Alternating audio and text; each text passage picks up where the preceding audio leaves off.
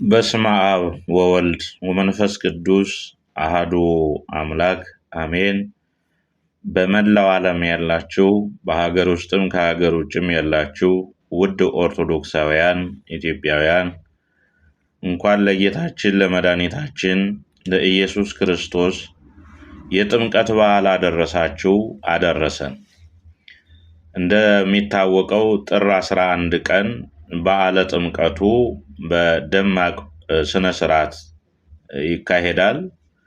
እንግዲህ ጥምቀት በብዙዎች ዘንድ የሚታወስ በብዙ ዓለም የሚከበር የጌታችን የኢየሱስ ክርስቶስ በዓል ነው። በበላይነት በኃላፊነት በባለቤትነት የኢትዮጵያ ኦርቶዶክስ ተዋሕዶ ቤተክርስቲያን በዓል ነው።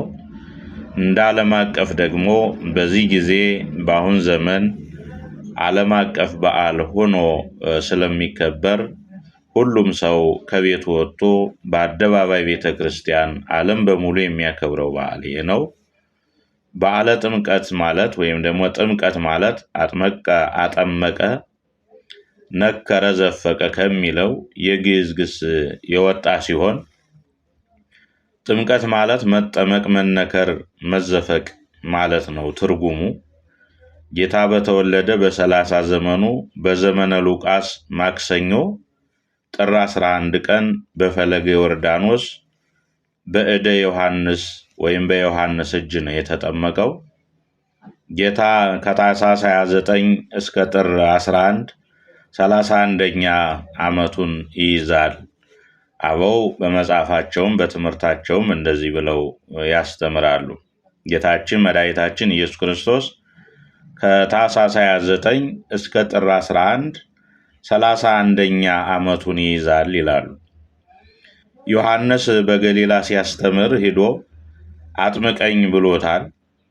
ባሪያ በጌታው እጅ ይጠመቃል እንጂ ጌታ በባሪያው እጅ እንዴት ይጠመቃል ብሎ አይሆንም ብሎታል ቅዱስ ዮሐንስ መጥምቀ መለኮት።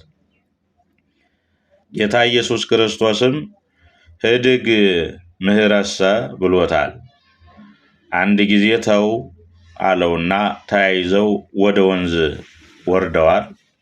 ማየ ዮርዳኖስ እኩሉ ወደ ቀኝ እኩሉ ወደ ግራ 40 ክንድ ሸሽቷል። ምን ተኮንኪ ባህር ዘጎኤኪ ወአንተኒ ዮርዳኖስ ዘገባይ ከድሬከ ብሎታል ቅዱስ ዳዊት በመዝሙሩ 113። ትርጉሙም ባህር ምን ሆንሽ ምን ሆነሽ ሸሸሽ የሚል ነው። አንተም ዮርዳኖስ ወደ ኋላህ የተመለስክ ለምንድን ነው ይለዋል። ባህሩም በእሳት ተከቧል። ጌታም ከባህሩ 3 ጊዜ ብቅ ጥልቅ ብሎ ተጠምቋል ማለት ነው። ያን ጊዜ አብ በደመና ሆኖ ዝንቱ ውእቱ ወልደ ዘአፈቅር ወኪያሁ ሰመርኩ ብሎ መሰከረለት። መንፈስ ቅዱስም በአምሳለ ርግብ ወርዶ ከራሱ ላይ ተቀመጠበት። በዚህ ጊዜ የአብ የባህሪ ልጅ ኢየሱስ ክርስቶስ መሆኑ በባህሪ አባቱ ተመስክሮለታል ወይም ታውቋል። የሥላሴ አንድነትና ሦስትነት የተገለጸበት ነው ጥምቀቱ። ገሃድ የሚባለውም አንዱ ይሄ ነው። ጌታ ከፍ ብሎ በ40 ዝቅ ብሎ በ20 አለመጠመቁ በ30 ዓመቱ መጠመቁ ስለምንድን ነው ቢሉ አዳም የ30 ዓመት ጎልማሳ ሆኖ ተፈጥሮ በ40 ቀን ያገኙትን ልዩነት አስወስዶ ነበርና ልጅነቱን እንደመለሰለት ለማጠየቅ በ30 ዓመቱ ጌታችን መድኃኒታችን ኢየሱስ ክርስቶስ ተጠምቋል። ጥምቀትን የምናከብርበት ትልቁ ምክንያት ይሄ ነው። ሄሮድስ ዮሐንስን ለምን አጥምቀኝ አለው ቢሉ ዛሬ ነገስታት፣ መኳንንት፣ ወይዛዝርት ሄደው ይጠመቁ ሲል ለአብነት ሄዶ ጌታችን ኢየሱስ ክርስቶስ ተጠምቋል። ስለምን በዮርዳኖስ ተጠመቀ ቢሉ ዮርዳኖስ ከላይ ምንጩ አንድ ነው። ዝቅ ብሎ በዮርዳኖስ በዳኖስ ተለይቷል። በሁለት መልኩ ነበር የተለየው። በዳኖስና በዮር መካከል ተለይቷል። ዝቅ ብሎ እንደገና ተገናኝቷል። በግንኙነቱ ወይም በተገናኘበት ቦታ ጌታ ተጠምቋል። ይህም የሰው ልጅ ከላይ የአንድ አዳም ልጅ ሲሆን ዝቅ ብሎ እስራኤል በኦሪት አሕዛብ በጣዖት ተለያይተው ሲኖሩ ኋላ በክርስቶስ አንድ ለመሆናቸው ትልቅ ምሳሌ ነው የጌታ መጠመቅ። አንድም የዕዳ ደብዳቤ የተቀደደበት ነው። ምስጢሩ ዲያብሎስ በአዳምና በሔዋን የጨለማ መጋረጃ ጋርዶ ስቃይ አጽንቶባቸው ነበረ። የአዳምን ልጆች በሙሉ ስመ ግብርናችሁንም ጽፋችሁ ብትሰጡኝ መከራውን አቀልላችኋለሁ ብሎ ያላግጥባቸው ነበረ።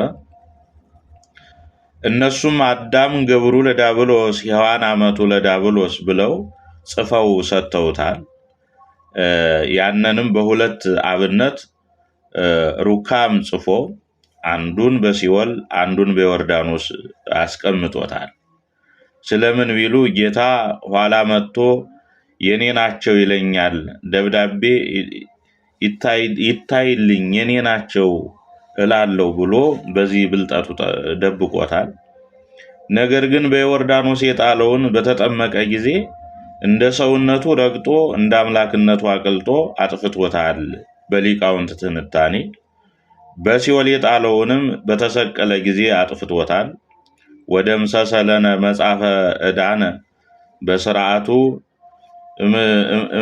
እምደዊነ ይለዋል በቆላስይስ መልእክት ምዕራፍ 2 ቁጥር 14 ላይ። አንድም ኤልያስ ዮርዳኖስን ተሻግሮ ብሔረ ሕያዋን ገብቷል። ያመነ የተጠመቀ እንደ ኤልያስ ገነት መንግሥተ ሰማያት ይገባል ለማለት ይሄ ትልቅ ምስጢር ተሰጥቶታል።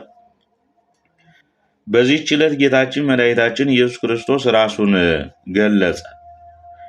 ከዚህ በፊት ራሱን አልገለጠም ነበር። በዓሉም በዮናኒ ቋንቋ ኤጲፋንያ እየተባለ ይጠራል። ወይም ሲባል በግዕዝ ቋንቋ አስተርዮ ይባላል።